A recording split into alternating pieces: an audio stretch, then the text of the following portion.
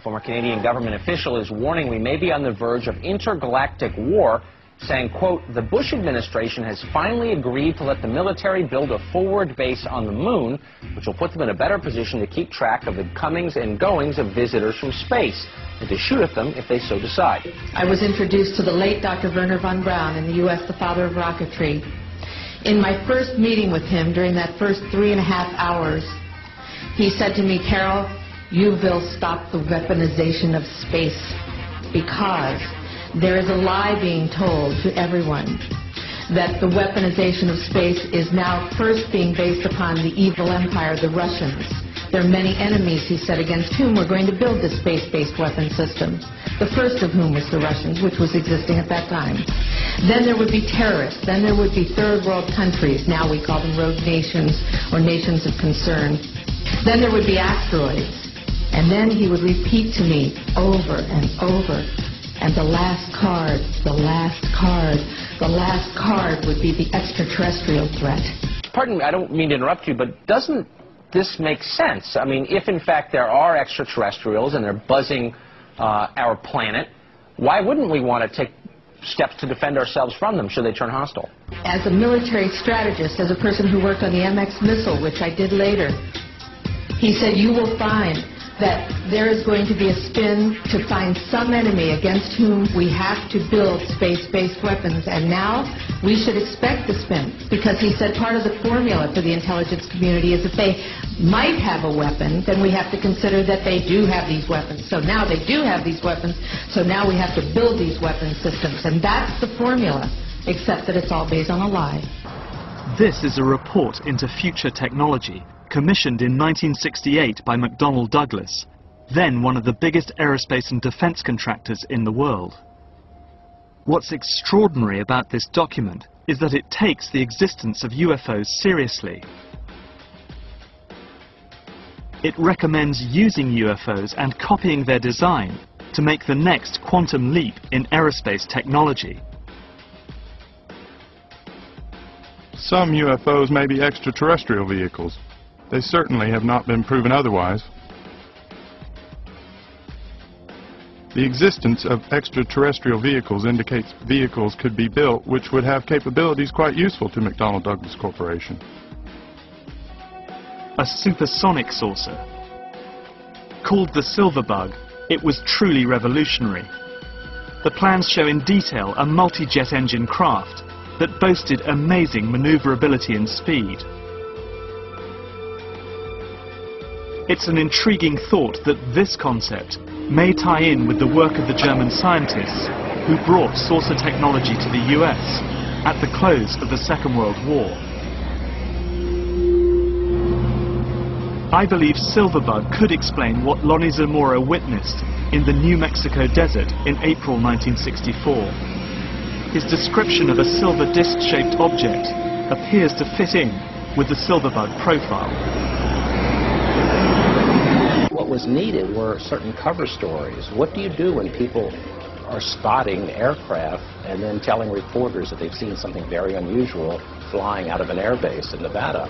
And frankly, this was the origin of a lot of the sightings that took place in the mid-50s, 1954, 55, 56, of unidentified flying objects, the UFOs. So the CIA was involved in encouraging people to believe that, yes, they saw UFOs, and the CIA and the military tried to be very helpful to reporters to get these stories out, to divert the attention of the country, and particularly the people in this region, about what they had actually seen.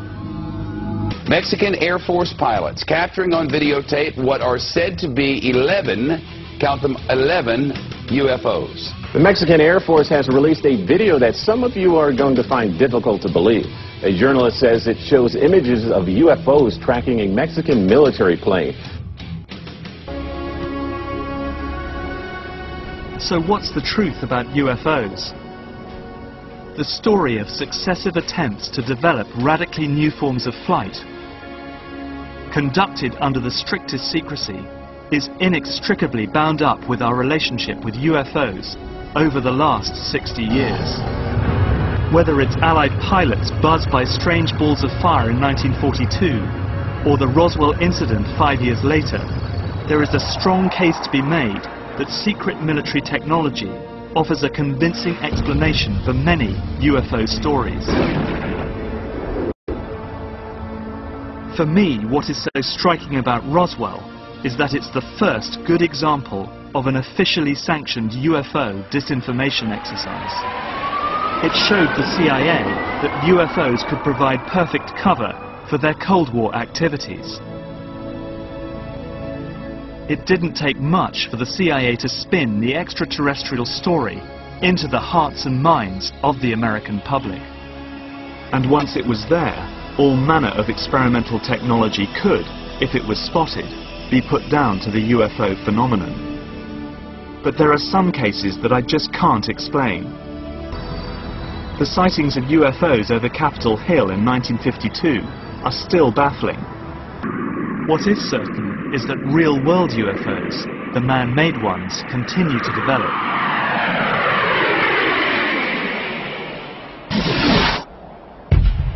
Recently, a series of sonic booms were heard exploding across California and Nevada.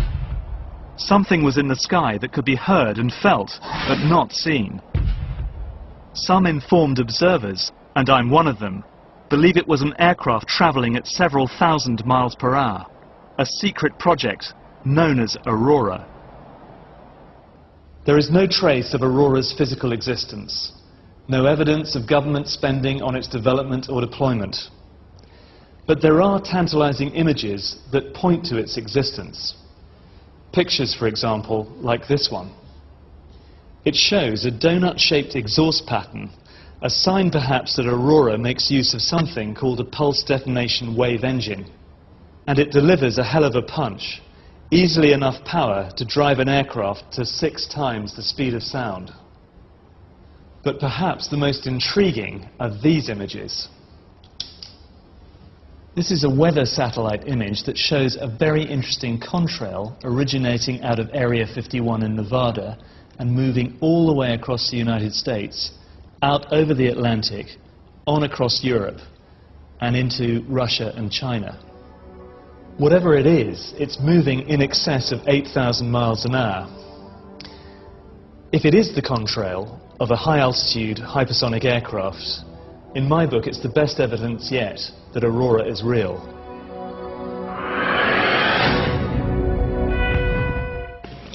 Anytime the government has secrets that they can keep from us, they can manipulate us by those secrets.